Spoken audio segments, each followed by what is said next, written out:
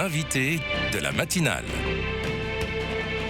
KTO Radio. La science et la foi sont incompatibles. Si vous pensez encore que cette affirmation est juste et indéboulonnable, le travail de Georges Lemaître risque de renverser vos certitudes. Celui que l'on surnomme le père du Big Bang, grand cosmologiste, est un prêtre diocésain récemment mis à l'honneur par le pape François. Toute sa vie, il a montré que la science et la foi peuvent cohabiter harmonieusement. Voyage ce matin dans la pensée du Père Lemaître avec Valérie Paul Boncourt. Bonjour. Oui, bonjour. Merci beaucoup d'être avec nous ce matin. Vous êtes directrice de recherche au CNRS. Vous êtes également laïque consacrée dans la communauté de l'Emmanuel. Et vous êtes co-auteur du livre à paraître début octobre, Georges Lemaître, père du Big Bang, aux éditions Nouvelle Cité. Un livre écrit avec le docteur en physique et philosophie Dominique Lambert. Alors Valérie Paul Boncourt, le père Georges Lemaître n'est pas très connu du grand public. Il est pourtant l'un des grands scientifiques du XXe siècle sur les questions relatives à l'univers. Qu'a-t-il découvert ? Alors effectivement, il a joué un rôle important dans le domaine de la cosmologie.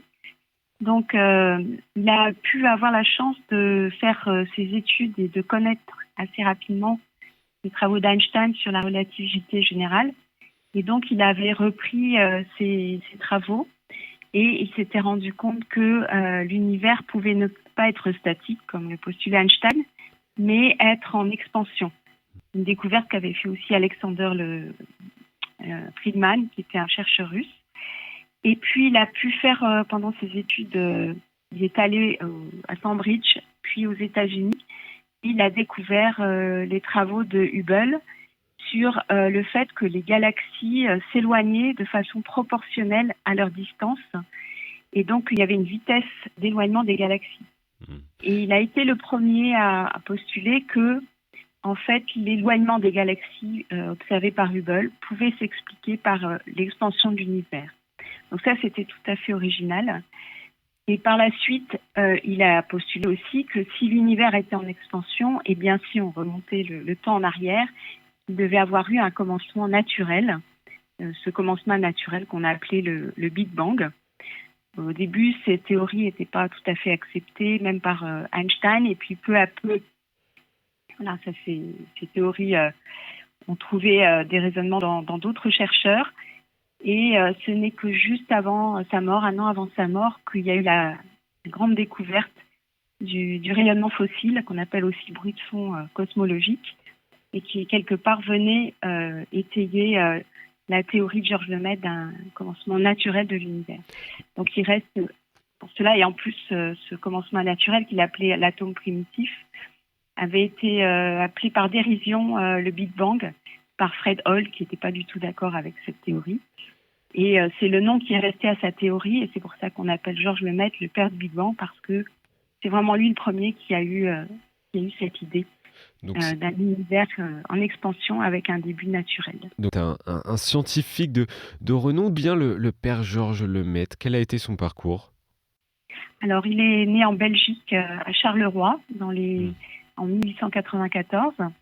Et puis il a fait ses études chez les jésuites à Charleroi. Et c'est vers 9 ans qu'il a eu cet appel à la fois à la recherche scientifique et d'autre part à devenir prêtre.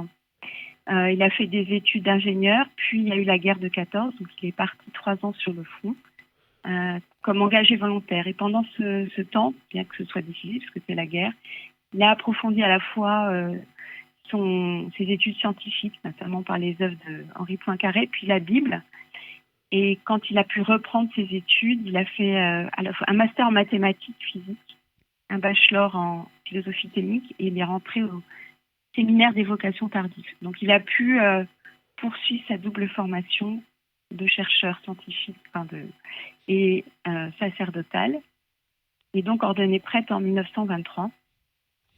Et puis il est parti faire des études tout d'abord à Cambridge avec Arthur Eddington, et puis ensuite il est parti à Harvard, il a passé une thèse au MIT, il a visité les grands observatoires américains. Donc toute cette formation, en fait, c'est ça qui lui a permis de pouvoir après postuler cette hypothèse de l'atome primitif, cette expansion de l'univers.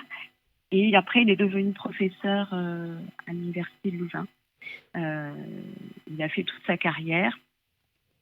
Et en fin de sa carrière, il a été aussi nommé par le pape président de l'Académie pontificale des sciences. Je pourrais en reparler si ça vous intéresse. On reviendra peut-être dessus après, Valérie Paul Boncourt, pour revenir au cœur de votre livre et de la pensée entre science et foi du Père Lemaître. Quel est le lien justement qu'il établit entre science et foi ?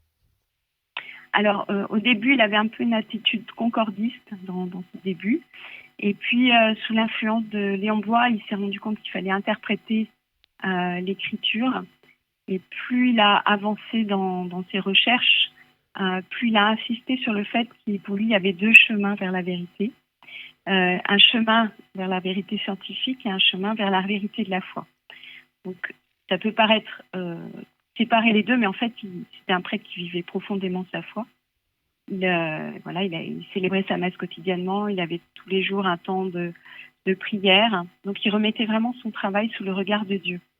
Et donc, même s'il disait que la foi n'intervenait pas dans ses résultats scientifiques, parce qu'il faisait appel à la raison, sa façon de vivre son travail de scientifique était forcément imprégnée par sa foi. Et de qui sa pensée s'inspire-t-elle ? C'était pas le premier à avoir émis ces réflexions. Alors, effectivement, on peut nommer Pascal, qui aussi avait une grande foi profonde, et qui était insisté sur le fait que la science, voilà, et la juste distinction entre la science et la foi, qui doivent se situer à des niveaux en fait différents. C'est pour ça qu'on peut pas, il insistait le fait qu'on ne pouvait pas utiliser sa théorie pour démontrer l'existence de Dieu, par exemple. En fait, il disait que Dieu ne pouvait pas être réduit à une théorie. Ce qu'il découvrait, c'était une théorie scientifique, qui sera validée par la suite, mais voilà, Dieu est là pour maintenir l'existence de l'univers et tout ce qu'il contient. Dieu est présent dans sa création, mais c'est pas lui qui c'est pas parce qu'on a découvert telle ou telle chose que ça va prouver l'existence de Dieu. Il insistait sur ces deux chemins. Et vous l'avez dit, ces deux chemins de vérité. Hein, la notion de vérité revient beaucoup dans ces réflexions. Qu'est-ce que la vérité scientifique et qu'est-ce que la vérité de la foi, selon lui ? Alors, la vérité scientifique, c'est ce qu'on peut... Alors, évidemment, lui, c'est un mathématicien. Donc, il faisait des théories, mais il fallait que cette théorie soit montrée par une preuve expérimentale. On ne pouvait pas rester dans la théorie pure. Et toute sa vie, il a essayé de trouver ce fameux rayonnement fossile. Alors, il imaginait dans les rayons cosmiques. Donc, pour lui, la vérité scientifique, c'était essayer de décrire au mieux ce qu'on observe dans l'univers et de comprendre comment fonctionne l'univers. Voilà. Alors que la vérité de la foi, c'est une vérité qui est reçue par la révélation et qui provient de cette expérience, d'une rencontre avec Dieu, qui pour lui s'est traduit par son appel personnel à devenir prêtre. Il faisait partie d'une société, une fraternité sacerdotale qu'on appelait les Amis de Jésus, dans laquelle il était très engagé. Et donc ses choix de vie étaient aussi forcément conduits par sa foi. Si on comprend bien la pensée de Georges Lemaître, science et foi peuvent donc être compatibles, mais pourquoi on pense généralement le contraire ? Alors je pense qu'il y a des raisons historiques. Alors souvent on peut dire oui, il y a eu l'affaire Galilée où Galilée affirmait que la Terre tournait autour du Soleil alors que ce n'était pas une croyance évidente à son époque.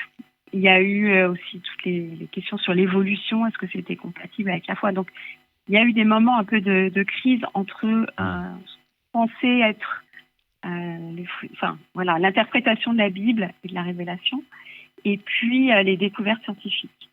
Donc ça amène à se reposer la question comment on interprète les Écritures. Et ce qui insistait, l'Écriture, c'est pas un manuel de science, ça ne nous dit pas comment va le monde, mais c'est nécessaire au salut, nécessaire la foi nous permettre d'être sauvés et de rendre, de vivre notre vie sous le regard de Dieu.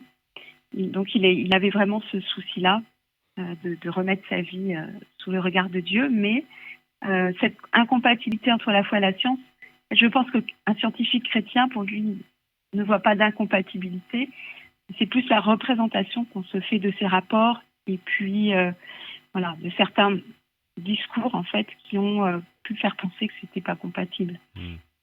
Vous parlez des scientifiques chrétiens dans lesquels vous faites également partie. Qu'apporte la foi à un scientifique dans son travail de recherche, dans sa réflexion? Alors, je dirais que ça peut se situer à plusieurs niveaux. Déjà, c'est d'avoir la foi, ça va faire la façon dont on va vivre son travail, ses relations avec ses collègues de travail, la façon de vivre, voilà, avec une certaine un souci de rigueur. Ce que ça peut apporter aussi, c'est, il appelait ça le saint optimisme du chercheur chrétien. Même si on ne va pas trouver dans la foi des réponses à toutes les questions, ça nous donne comme une espèce de certitude que la réponse existe parce que le monde est intelligible. Donc ça, il insistait là-dessus. Et puis aussi une attitude qui peut être une attitude de louange face aux découvertes scientifiques, d'admiration devant ce qu'on découvre du monde créé, enfin, en tout cas du monde tel qu'on l'observe et qui peut conduire, comme disait Georges Lemaître, peut conduire un scientifique chrétien à louer Dieu pour toute cette beauté qu'il découvre dans la science. Et vous, Valérie, Paul Beaucourt, on l'a dit en début d'interview, vous êtes également laïque consacré dans la communauté de l'Emmanuel. Est-ce que le père Georges Lemaître vous a inspiré dans votre travail de recherche sur, je le rappelle, la compréhension des propriétés des matériaux? Dans quelle mesure vous a-t-il inspiré? Alors, je ne peux pas dire qu'il m'est inspiré parce que je l'ai découvert un peu tardivement. J'étais déjà dans mon travail depuis pas mal de temps quand j'ai découvert Georges Lemaître plus profondément à travers ses œuvres et livres écrits. Mais en tout cas, je me suis vraiment retrouvée personnellement dans cette attitude, c'est-à-dire une attitude de foi, de faire son travail dans la foi, de remettre son travail sous le regard de Dieu, de laisser inspirer la façon de vivre son travail. Et en même temps, cette dimension un peu d'émerveillement, de louange. Donc en fait, pour moi, il a été comme une confirmation qu'effectivement, c'était le sens qu'on pouvait donner à un travail de recherche quand on est scientifique et qu'on a la foi. Et du coup, je me sens vraiment d'une certaine façon proche de lui parce que effectivement, je retrouve un peu cette attitude, la façon de vivre sa foi dans son travail. Merci Valérie Paul Beaucourt de nous avoir témoigné du lien entre science et foi qu'établissait le père Georges Lemaître et de nous avoir éclairé sur cette question qui n'est pas toujours évidente. Je rappelle que vous êtes notamment la co-autrice d'un livre écrit avec, je retrouve son nom, c'est le docteur en physique et philosophie Dominique Lambert. Le titre, c'est Georges Lemaître, le père du Big Bang, apparaître le 2 octobre aux éditions Nouvelle Cité. Encore merci d'avoir accepté l'invitation de KTO ce matin. Je vous remercie beaucoup. Bonne journée à vous. Merci beaucoup, bonne journée.